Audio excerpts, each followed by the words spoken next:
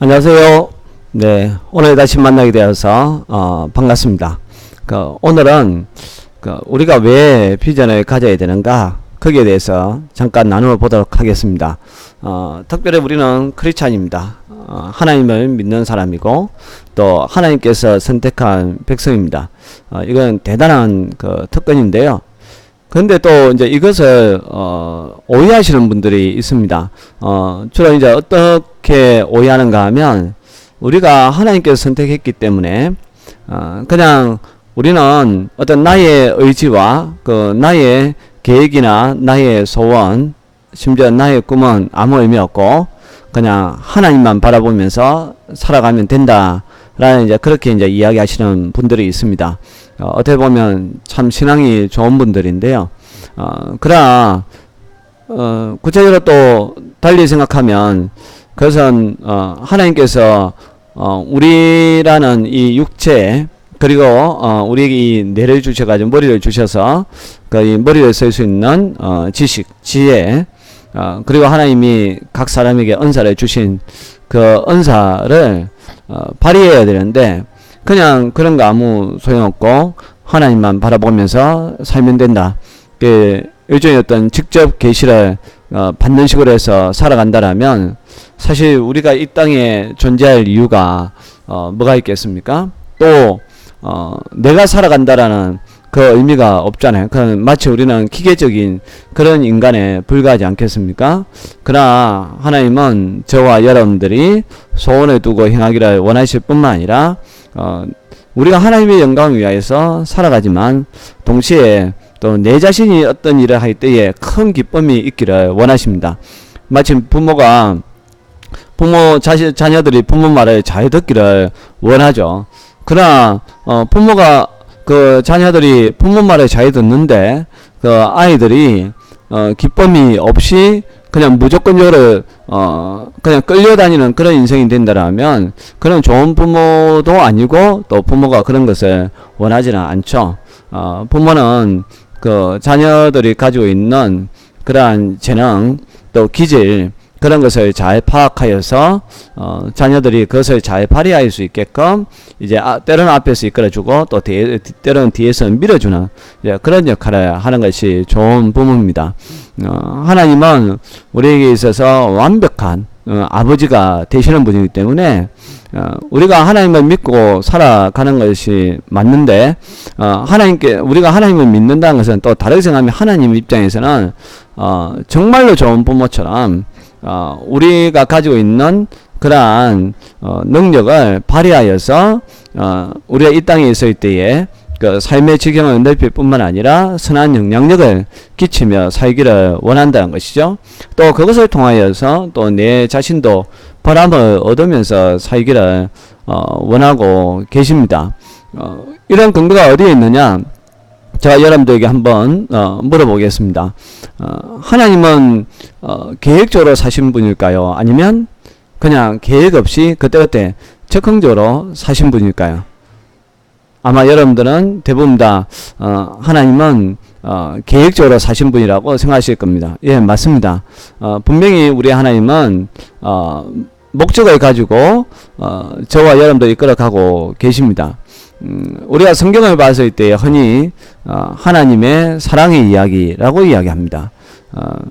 근데 그 사랑의 이야기는 뭐냐면 결국 저와 여러분들을 구원하시고 또 이 세상을 구속사적인 관점에서 이끌어가는 이제 그러한 이야기라는 거죠.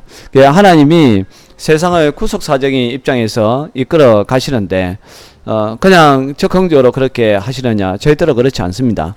우리가 천지 창조를 보아도 아주 계획적으로 창조하는 것을 보게 됩니다. 빛을 창조하실 뿐만 아니라 궁창도 창조하시고 또 그 다음에 바다와 묻도 하나님께서 창조하시고 이제 다음에 모든 식물도 또 해와 달도 창조하시고 동물도 창조하시고 그리고 마지막에 사람을 창조하는 것을 볼 수가 있습니다.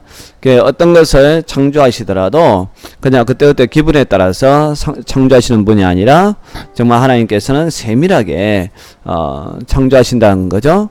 그리고 또 하나님께서 이 세상을 이끌어 가실 때에도 유대 민족을 중심으로 해서 이끌어 가시지만 유대 민족만 사용하신 게 아니죠. 전 세계에 있는 나라들을 갖다가 하나님의 뜻대로 이끌어 가기 위해서 사용하는 것을 볼 수가 있습니다. 그래서 그 성경에 특히 이사야서에 보면 내가 경영하였은즉 반드시 이루리라라는 그 경영이라는 단어가 종종 등장합니다. 경영이라는 단어는 어떤 계획적이라는 것을 품고 있지 않습니까?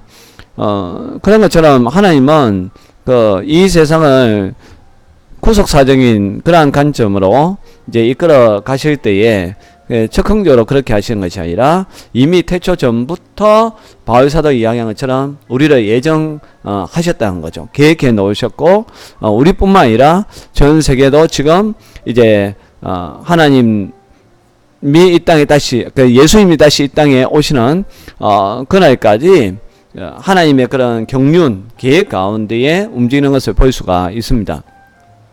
예수님은 어떨까요? 예수님도 이 땅에 오시는 것부터가 하나님의 계획 아래에 있었고 예수님의 모든 행적도 보면 그냥 예수님이 적극적으로 움직인 것이 아니라 결국 그 성경의 말씀을 응하기 위하여서 예수님도 그런 표현을 많이 썼는데요.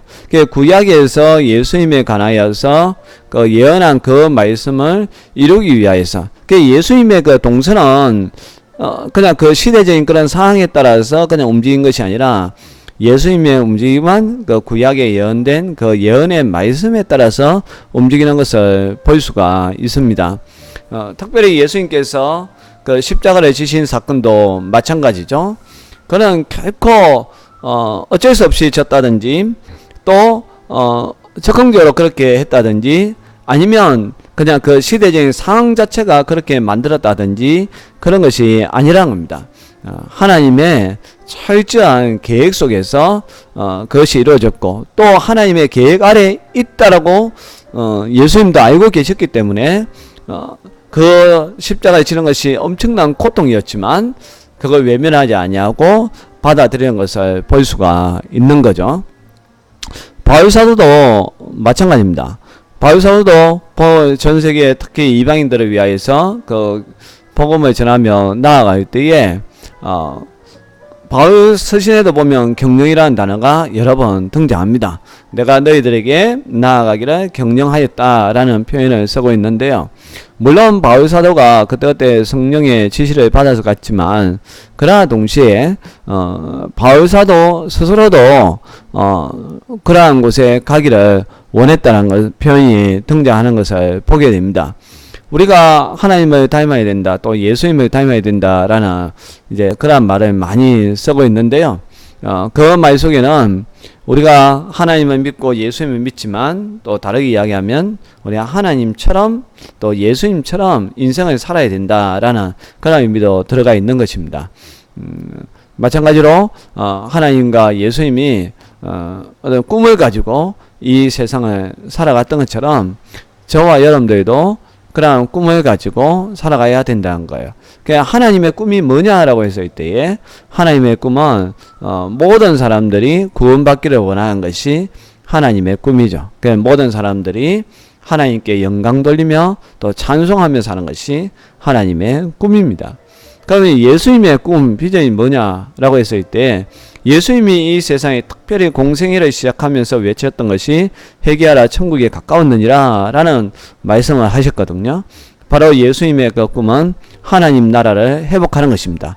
이 땅에 하나님의 나라를 회복하는 것이 예수님의 꿈이고, 그래서 예수님이 그 꿈을 이루기 위하여서 사용한 목표가 뭐냐, 또 다르게 이야기하면 인생의 방법이 뭐냐라고 했을 때에 십자가를 지는 거죠. 거기 외에는 다른 길이 없었으니까. 그냥 하나님의 나라는 뭔가 추상적인 것이지만 그러나 십자가를 진다라는 것은 아주 구체적인 삶의 목표이지 않습니까?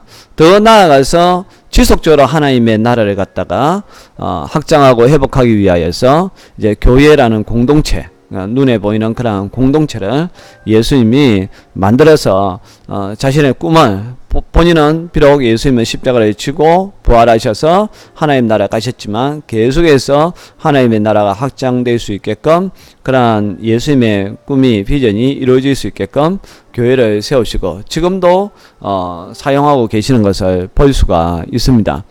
그런 점에 있어서 우리가 왜 꿈을 가져야 되느냐? 이것은 결코 세속적이지 않습니다. 하나님께서 그러한 꿈을 가지고 계신 분이었고 예수님도 꿈을 가지고 계신 분이었고 그래서 꿈이 있기 때문에 하나님이든 예수님이든 이 땅을 움직여 가실 때에 결코 적극적으로 사신 게 아니라는 거예요. 감정적으로 그렇게 사신 것이 아니라 오래전부터 계획하신 그 일들을 구체적으로 실천하면서 살아가는 것을 보게 됩니다. 우리들도 왜 꿈을 가져야 되느냐? 바로 하나님과 예수님처럼 그렇게 살아야 하기 때문에 그렇습니다. 세월을 아끼라 때가 악하다라고 했지 않습니까?